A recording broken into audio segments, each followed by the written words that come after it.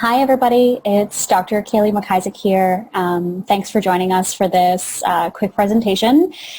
We are going to be discussing your path to pregnancy, and this is a really important topic right now, especially with many of our patients feeling quite lost with everything that's going on in the world. A lot of IUI and IVF cycles have been canceled. A lot of our patients feeling like they're not really sure what they can do to help to support their own fertility while they are working from home or sheltering in place here in 2020. So I put together this quick presentation to chat with you today about all of the things that are in your control when it comes to your fertility. My goal here is to kind of inspire and motivate you to make some positive changes that will optimize your fertility, as well as create some awareness about the resources and the options that are available to you on your path to pregnancy. The thing about fertility and pregnancy is that no two stories are going to be the same. Every patient who I meet with has a different story, has come from a different place, whether you are just thinking about, starting to try to conceive for the very first time in your life, or whether you've been on this journey for years and years, and it's been quite complicated. There's lots of different routes about getting your way to pregnancy and getting your way to the healthy baby that it is that you want. And what we're going to do today is try to optimize all of the components so that no matter how it is that you get there, the likelihood of you becoming pregnant healthily and bringing home a healthy baby is much higher. So these are the key things that we're going to touch on today. So what I really want to sort of start off by saying is that our goal here is always a healthy baby. I know the talk's titled Your Path to Pregnancy, but remember that at the end of the day, you don't just want to be pregnant. You want to bring home a healthy baby. That's the goal. That's what we're working on. So we're going to talk about today the key ingredients to creating a healthy baby. So what does it take? What impacts both egg and sperm quality, and what you can be doing to optimize your fertility right now at home. We're going to start by talking about the AccuBalance philosophy and our approach to the healthy baby. So the really beautiful thing is we have practitioners of naturopathic medicine like myself and Dr. Ashley Dam, and we have practitioners of Chinese medicine at AccuBalance. And what's really interesting is that both of these two systems are holistic systems of medicine, and they rely on a handful of underlying principles and philosophies that guide what we do. And interestingly, in naturopathic and Chinese medicine, a lot of these philosophies are the same. So the first one is that the body has an ability to self-regulate. So we think about this, when I think about maybe getting a cut on my hand, and I don't really have to think about forcing that cut to heal. The body sort of has this innate ability to both heal itself, which is the principle number 2 here, respecting the body's healing ability, and to self-regulate. If I do something that swings me wildly outside of balance, like let's say I go out and, party and have too many drinks one night, within a couple of days I'll sort of feel back to normal again. My body has an ability to regulate itself, and my body has an ability to heal itself. So our systems of medicine really respect that about the body. Our philosophy is also a spectrum model of health. So there's a difference between having a diagnosable disease, but also living somewhere in this middle zone between there and you really feeling vital and you feeling super healthy. So health, I always say, is not a yes or no question. It's a continuum. In the middle zone here, where you're told that you're relatively healthy, let's say you go to your doctor and you're complaining of headaches. Your regular doctor does a full workup, and they come back and say, hey, look, Mrs. J, your workup is completely normal. There's nothing wrong with you. You're healthy. But in the background of your mind, you might be thinking, well, I can't be fully healthy and fully vital because there's these symptoms that are letting me know that there's something out of balance in my body. That's a different scenario from being up at the end of the spectrum, which is vitality. When your body's operating at vitality, it's doing the things that we are asking of it. You sleep well at nighttime. You have, boundless energy during the daytime. You are able to fall pregnant when you want to or get your partner pregnant when you want to. You don't suffer with headaches or pain on a really regular basis. Your bowel movements are regular. All of the systems of the body are performing in the way that you would like for them to be performing. And when we talk about this in the context of fertility, we also know that vitality is where your peak fertility potential lies. So we use signs and symptoms as sort of guideposts to tell us what could be out of balance in your system that also could be influencing your fertility. So there's some testing that we often will do that's outside of what's done in the regular system to try and dive a little bit deeper and see where the blocks are in your physiology, what's keeping you away from vitality, and how can we get you to reach your peak fertility potential. I'm going to share a couple of patient stories as we go through this presentation because I always find that helps to sort of solidify things and make things feel more real. And also to let you know that, again, there's so many different ways to go about having a baby, and this is one of them. This is what worked for this patient.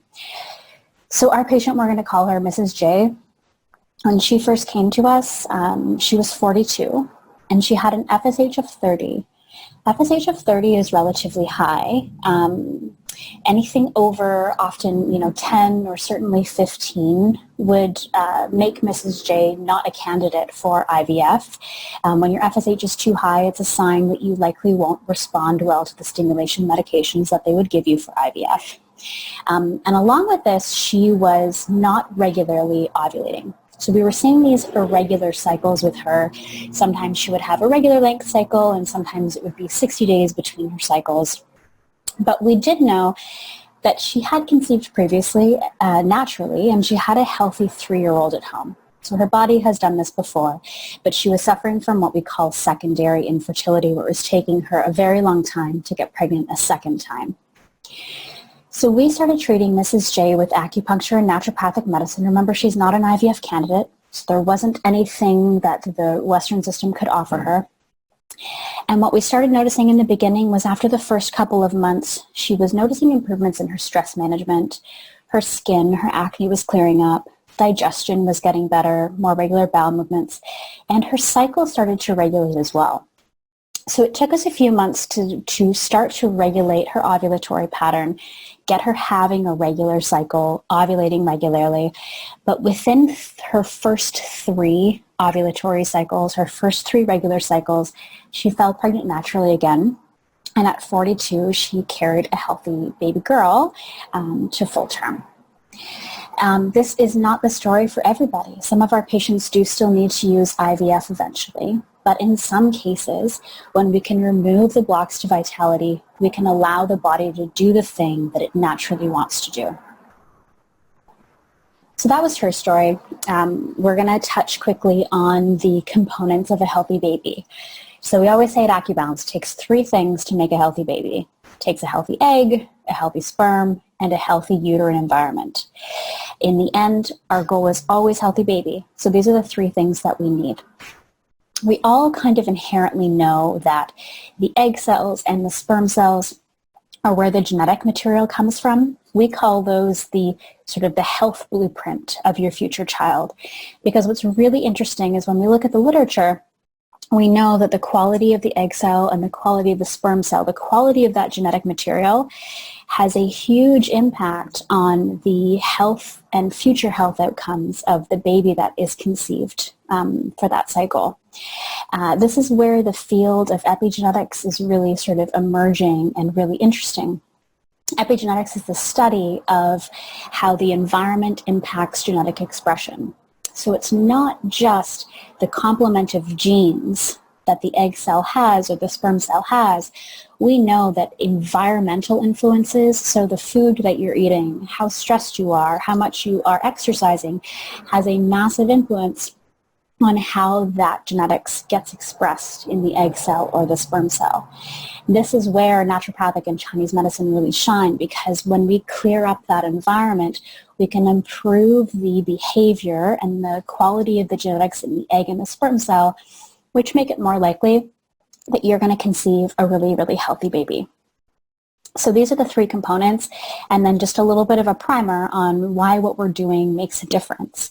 There's actually really interesting literature. We know that a health of a woman during a pregnancy with a female baby, her health during pregnancy will have an influence on future babies for at least 3 generations and possibly longer than that. So we can actually see epigenetic changes because of what happened to a mother when she was pregnant with a female baby, influencing the fertility 3 generations down the line. So that's basically her great-granddaughter. Her great-granddaughter's fertility is influenced by what she does in her pregnancy. Those epigenetic changes are really, really important to keep in mind as we keep talking.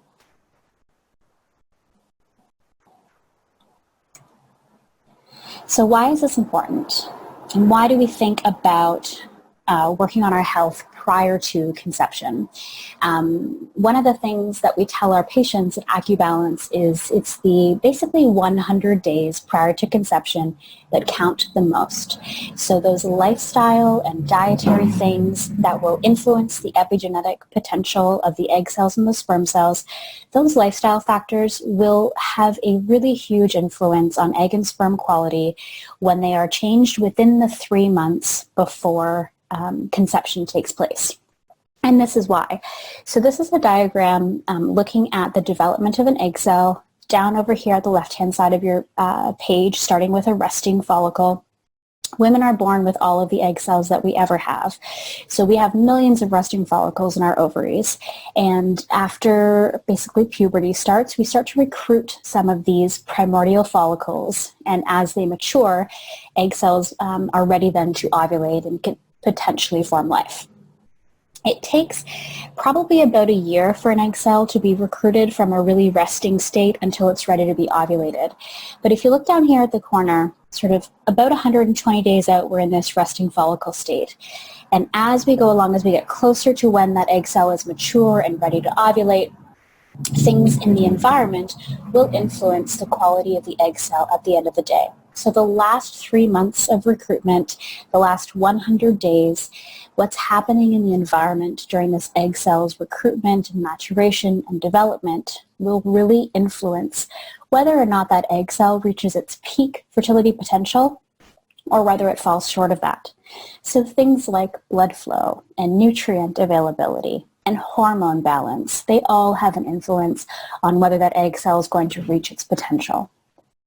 It's a little bit different for men. Men are consistently manufacturing new sperm. So I've heard it actually estimated that every time a man's heart beats, he makes about 1,500 new sperm.